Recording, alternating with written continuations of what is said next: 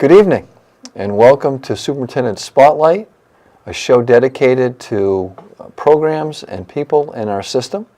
My name is Tom Conrad, and I'm the Superintendent of Schools, and I'm glad to have with me tonight Ed McDonald, the new principal at Nauset Regional High School. So welcome, Ed. Thank you, Mr. Conrad. Great to have you on the show, and it's been a few months in your new role for us, and how are things going for you? Going very well. Faculty and staff, parents have been great. Kids have been outstanding. Challenge every day, the things that we have to deal with, but everybody's smiling. That's a good thing. Yeah, and you're smiling. And that's I'm smiling. That's a good great thing. So Ed, you have a background at Nauset, Yes. and so why don't you tell the viewers what that background is, and we'll go from there. I came to Nauset as we interviewed back in 2005. I started in September of 2005 and was the assistant principal and had to deal with many issues, which hopefully prepared me for this step moving forward. Again, coming in, it was a brand new role for me as assistant principal. I had been the dean of students at Cape Cod Regional Technical High School beforehand. So the challenges were great, but again, the culture of the school was such that faculty and staff were very supportive, as you were. So the transition from Cape Cod Tech to Nauset Regional High School was great. And the cultures were similar as such, where kids were engaged in what they had to do. Obviously at the tech school it's a little bit more shop-oriented, and coming here, the motivation seems to be more academically motivated. But it's a great culture to be in, and as it continued. So for the viewers that aren't familiar with either of us at this point, so those 10 years were really a great opportunity for you to really understand the program inside and out, both from a discipline standpoint, but from an academic standpoint as well. Absolutely. And where my role previous was mostly discipline, coming into Nauset Regional High School, it was about discipline, students, but it was also about making the transition coming into more curriculum aspects, supervision, evaluation, getting to know teachers better in the classroom, getting to know students' challenges from an academic and curriculum standpoint.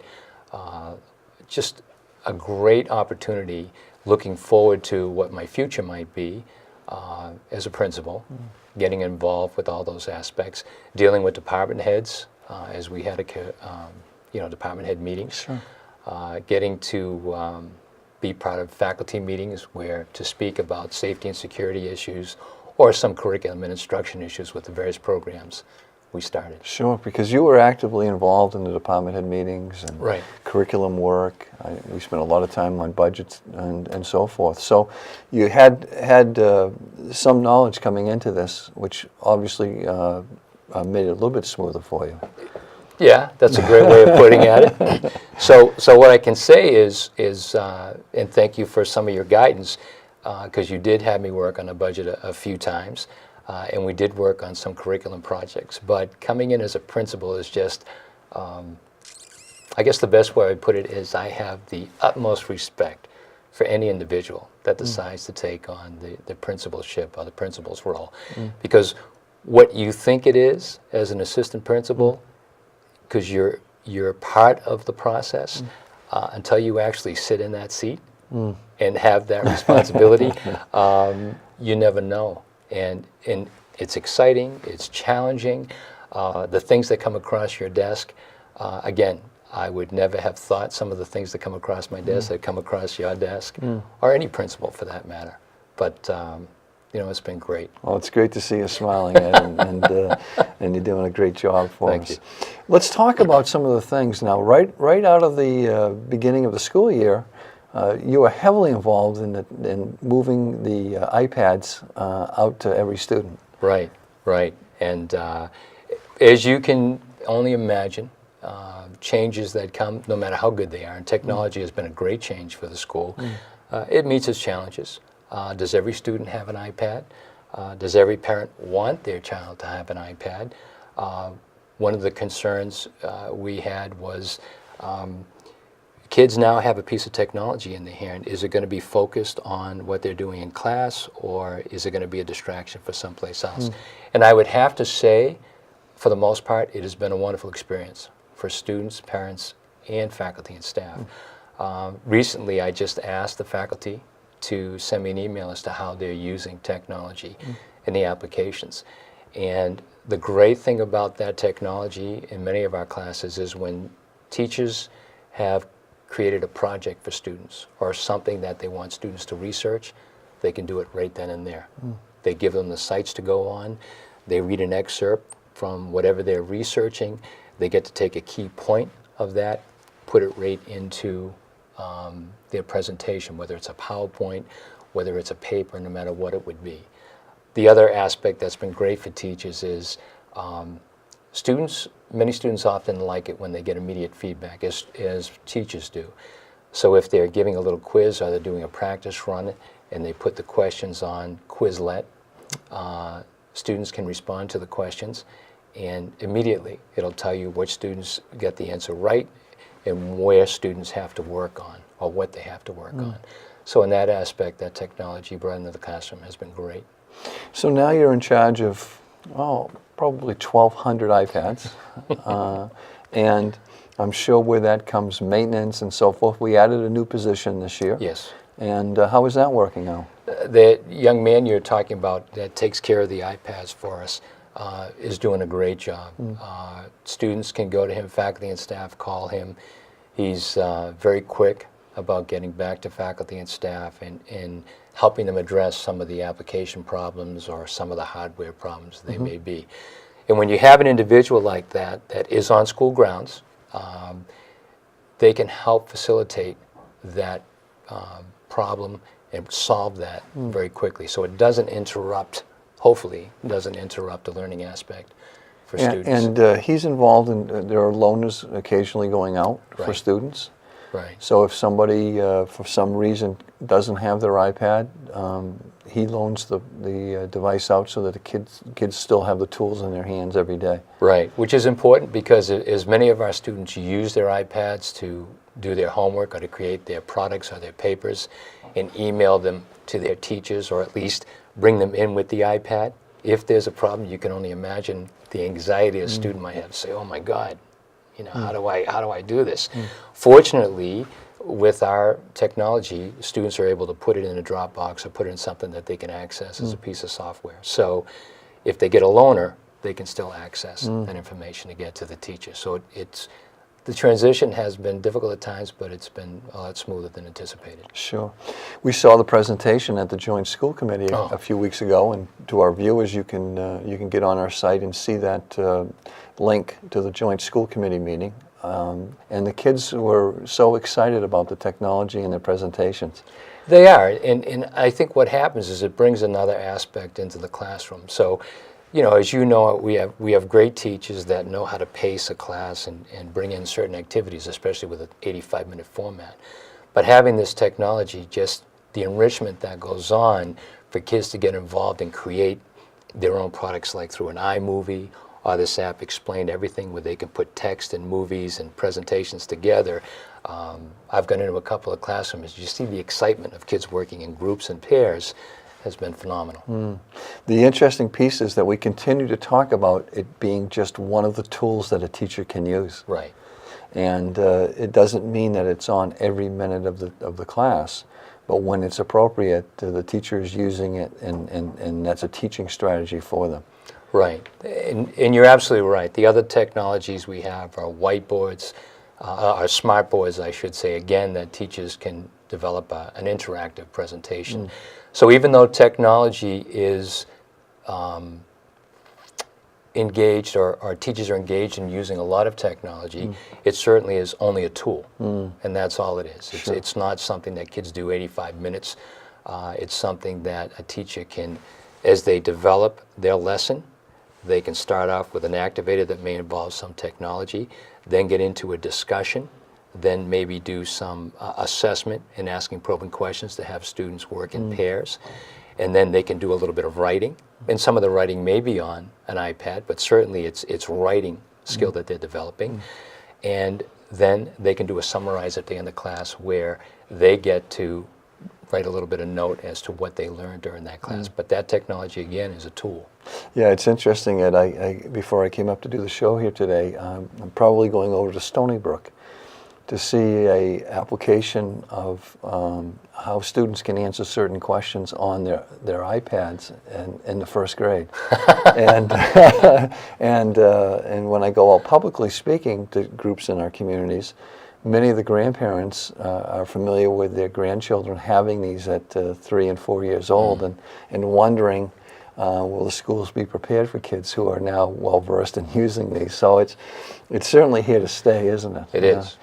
And I'll share with you, and we've talked about this before in the viewers, but there's a lot of discussion in the state at this point in terms of snow days and alternative ways that students can be learning and have it count for a school day. So through technology devices, Right. and teachers being online and students being online to do projects and other work during the day, the state's really wrestling with at what point do you give credit for a day of work and avoid these snow days that sometimes can carry us into late June and so forth.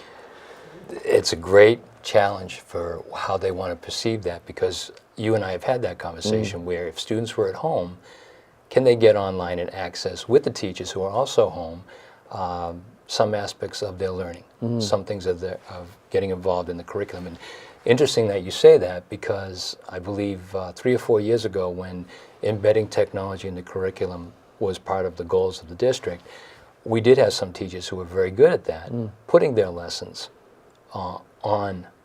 right online. So if a student happened to go on vacation, they would give them some work to do, but certainly with internet access, wherever they were, any part of the world, they could go on and access the site that had the teacher's lesson on it. So it was, in that sense, it was like a one-to-one with the teacher and the student. And a lot of students, I would like to think every student went on vacation, took advantage of it, but it was intriguing as to find out that there were some students that actually did that. And when they got back from vacation, their transition back in the classroom wasn't as difficult. That's excellent, excellent, and only to grow. Yes. Right, only to grow as we go forward, I'm sure. So, shifting into another area, Ed, maybe you can tell the viewers, there's been a lot of construction on the campus, and I've got caught up in some of the traffic here trying to get on campus a couple of times. And I'm not sure that everybody knows what we're doing, so why don't you go ahead and tell the viewers what's been happening with this construction on campus? Well, I believe the town of Eastham is putting in water pipes, and the towns and the contract have been great about working with the school and the district hand in hand. It does have its challenges. Just to explain the project briefly, as the best that I understand, we had pipe being laid out in certain streets coming into the school, and we had pipe coming from a well area or from the back of the school fields onto the school. And they've been able to coordinate that, so we try to be the least disruptive of traffic. But as you know and understand, as I think you get caught in one of that one day, sometimes those challenges do come up. And as much as the bus company's been working with us to get our students in here on time, it has been difficult. Even parents that feel they leave 5 minutes earlier to get here have called and had a conversation with me if they struggle to get students in here on time. But for the most part, I think between the town, the school district, and the contractor, they've worked well together, and I think parents and students have been very patient with the inconvenience. They've made great progress. They have. And you know, you're absolutely right. This is all about the town of Eastham's water source and using some of our water resources in the future. I will take it a step further and let the viewers know that this was an agreement made with the school committee a number of years ago to have an easement and the rights to this. And we're going to go offline with our system and our well and so forth once the town water is in place. And that will be at no cost to the district. And so it's, I think it works out for both parties and so forth. We got a little bit more work when we try to connect into our system, but for the most part, I think we got through it pretty well. We did. Yeah. We did. And big news the last couple of weeks about the International Baccalaureate program. And I was pleased. I was in Brewster last night at a selectmen's meeting, and I shared that information, and they seem very excited. Everywhere I'm going now, and when it comes up, people are excited to hear of this change. So what's that all about? What's happening?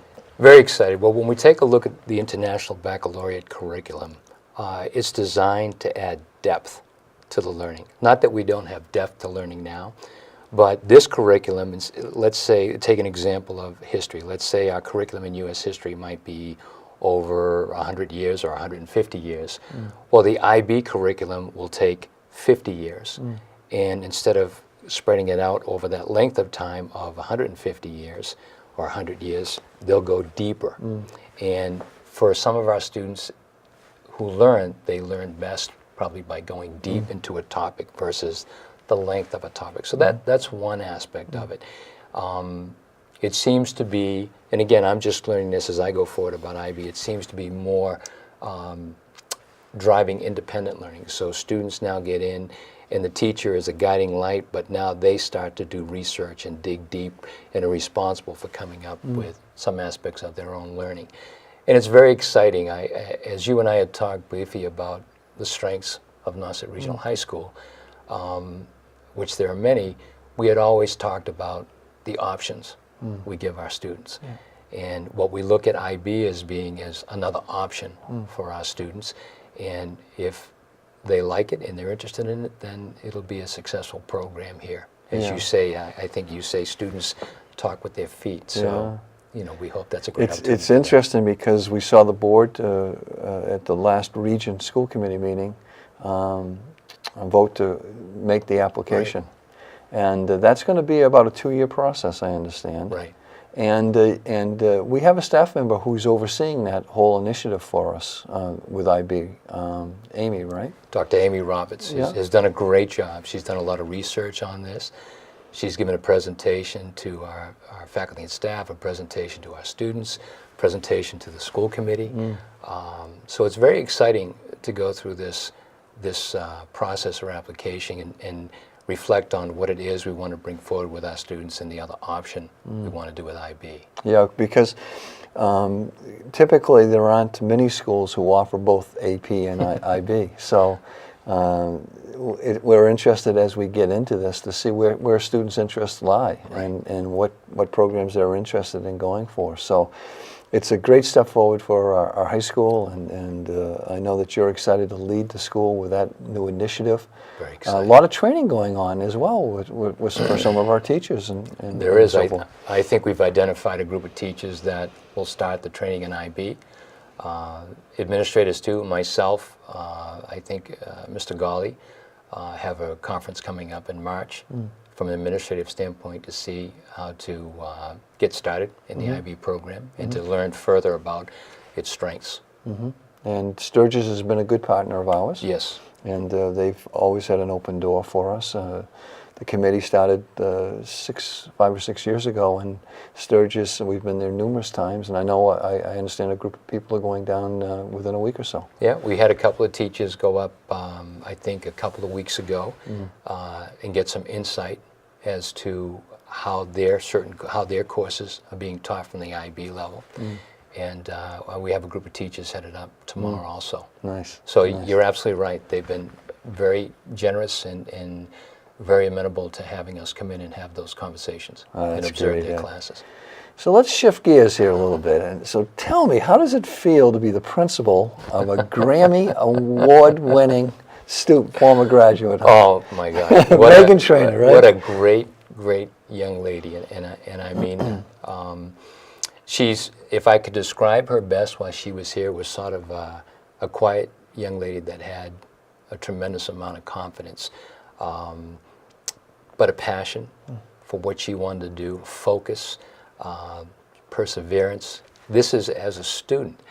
The fact that this young lady had graduated from school, from Nauset High School a few years ago, and has achieved what she has based upon her passions and determination and taking advantage of opportunities and the courage to do auditions in front of people has been tremendous to see her level of success and what it's meant to her and her family. And then to call us and try to coordinate something to come back, to give back to students and faculty was absolutely tremendous. I can't tell you, going into those two assemblies, as you experienced, as you were her principal back then and introduced her, the energy that was there, the gratitude that you could see from not only students, that this star, this rock star, pop star, or whatever musical star is coming back to perform for them and answer questions, but to see the proud faces of the faculty and staff knowing her as a student, and the fact that she stood up and thanked many of her teachers for doing that. For someone who has experienced that type of success very quickly, very well grounded, tremendous relationship with students, just having a conversation as she fielded their questions, which were some great questions. And one of our young men decided to ask her to the prom, which lightened up the whole room. And she was very gracious about that also. You know, so the viewers, make sure you clearly understand what we're talking about. It's Megan Trainer, and Megan graduated. She went 4 years here at Nauset Regional High School. And at the Grammy Awards just a week ago, she was chosen in the Best New Artist category, and of course received a Grammy. And I think for a lot of us, it's kind of late when they did that award. I mean, many of us stayed up to see if she won, and there were a lot of yelling and screaming when she got it. And she was so beautiful on stage, and tremendous. you know, the emotion that she showed, and her dad, who was with her, of course, was something we'll never forget, is it? No, and you asked that question, and that's a good point you brought up of her family, because some of the students asked her about her success and how she remained focused, and where did she get the courage and the confidence to move forward, and what was her supports, or who was her support and her motivation, and many times it came back to her family, being very thankful for who they are, her mom, her dad, her brothers. They're very important to her. She said they were the rock, the foundation, to have her get the courage to move forward and achieve this success. She's a poster child for everyone going and chasing their dreams. And it was a big dream for her. And you could find 1,000 reasons of why it might not happen. But she wasn't deterred from that. And you know, we often ask everyone, ourselves and all our students, to do 3 things: to work hard, to stay committed, and to take on challenges. And there's living proof here of somebody who has followed that roadmap and found great success. Absolutely, and she is one of our poster childs, like you said, because of her popularity and her exposure, and being a great mentor to many kids as she has sat down to answer their questions. And that being said, as I'm sure you're well aware, there are many other students out there that have been able to achieve their dreams. Absolutely. This being a step in that process, and I know that's something that you have always said to students, faculty, and staff, that we're dream makers. That's what we hope to be. And I understand that she, down the road, hopes to come back and maybe even, if needed, maybe do a concert or something for us, and that would be that would be tremendous. Even crazier, right? Get a lot of support. We'll have to rent out the Melody Tent or something. Ed, in the last few minutes, I know that another big initiative that you're going to be responsible for us is reaccreditation, and that's been a challenge that we've been looking at for a few years now, as the NEASC has pushed back our dates and so forth. But that's going to involve everyone, isn't it? Yes. And it's not just going to be a small committee. It's a great deal of work and a great deal of people. Right. It's an opportunity for the whole school to get involved in the process and to reflect upon the good things, the great things we've done as a school, but also to reflect upon the areas that we feel we need to improve upon. And the one thing I'll say about our faculty and staff, as you're well aware, is as good as we have been, and as good as we are, we're always looking to improve it. And I think that's what NEASC sort of, I'm not going to say forces us to do, but it certainly gives us an opportunity where we have to get recertified, that we now put the time aside to take a look at the standards we have to look at and see, take a look at our school and say, where do we align with these? And we're taking the good things and we're taking the things that we need to improve upon. So I'm looking forward to the process. And as you said, it's a whole school. It's not just a group. Sure. It's all of us. Well, for our viewers, this is a process. NEASC is the accreditation group that we deal with in New England. And they have certain standards that have been set, and for all schools. And we'll be answering to those standards as to where we stand in our efforts to meet those standards. And it will be about an 18-month process Yes. when you're finished, right? And various committees will be formed, and we'll be involving, I would think, students and parents in some committees and so forth. We will, and we already have a group of teachers and some administrators that are looking to do a visit. And what they do to set this up so that we get the experience, because 10 years ago or 11 years ago when we were recertified, some of our key people aren't here. They've either retired or moved on. So we have a group of administrators and teachers that want to get into a visit, similar to what will happen when we get recertified. Teachers and administrators from other districts come as part of the NEAS team, and they go into our classes, they interview our parents, they interview students, they interview our faculty, they observe the teaching in the classroom, they look at the various programs we have, and from that feedback, they write a summary of the things that they think are great, the things that they think are good, and maybe some areas that we might need to improve upon. So I'm very excited for our faculty and staff that are looking to go forward and be part of a committee that goes in to visit other schools to get that experience and come back and share with us their experience as to how that process worked out. You know, I'm really pleased to hear, of course, that this is an honest approach in terms of looking at ourselves and the idea of trying to find out ways that we can even be better going forward. So I'm sure you're going to do a great job with that, Ed. It's a lot of work, as you know, but it's an important piece in the growth and in the future of our high school. And so I think your beginning work is right on task, and getting the parents and students and committees formed is a great first step. So good luck with that. Okay. And I hate to tell you this, but we're going to have to wrap this show up and get you back here again, I think. This has been great. Thank you for inviting me. And so to our viewers, I hope this gives you some insight into our new principal and Mr. McDonald and some of the work that he's doing here to continue the great tradition at Nauset Regional High School and take it even further in the future. So thank you and good night.